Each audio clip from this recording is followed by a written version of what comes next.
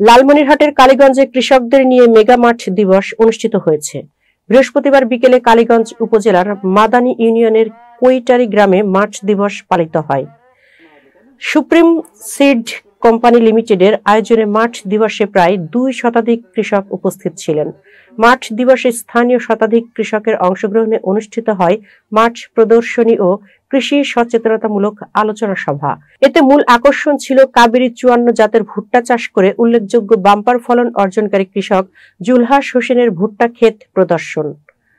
তার চাষকৃত ক্ষেতের গাছে ছিল স্বাস্থ্যবান, সবল ও মোটা মোটা ভুট্টার মোচা, যা অন্য কৃষকদের মাঝে ব্যাপক আগ্রহ ও উদ্দীপনা সৃষ্টি করে। এ সময় বক্তব্য রাখেন সুপ্রিম সিড কোম্পানি লিমিটেডের সিনিয়র ম্যানেজার কৃষিবিদ Mohammad Saiful Islam, acting zonal manager Tauhid Hossain, regional manager Mohammad Atikur Rahman, territory manager Mrinal Chandra Roy, উপসহকারী কৃষি কর্মকর্তা মোহাম্মদ সুরুজ্জামান উপস্থিত ছিলেন।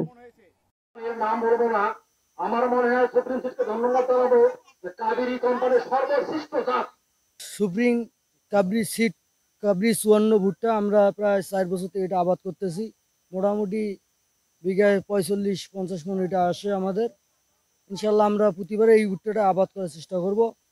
কাবেরী চন্দ্রের এই দুইটা বিশেষ গুরুত্ব থাকার কারণেই কৃষকরা কিন্তু পছন্দ করছে এবং আমরা কৃষকদের সেবা দিয়ে যাচ্ছি এবং কৃষকরা ভালো ফলন পাচ্ছে বিধায় দিন দিন আমাদের সেল বৃদ্ধি পাচ্ছে।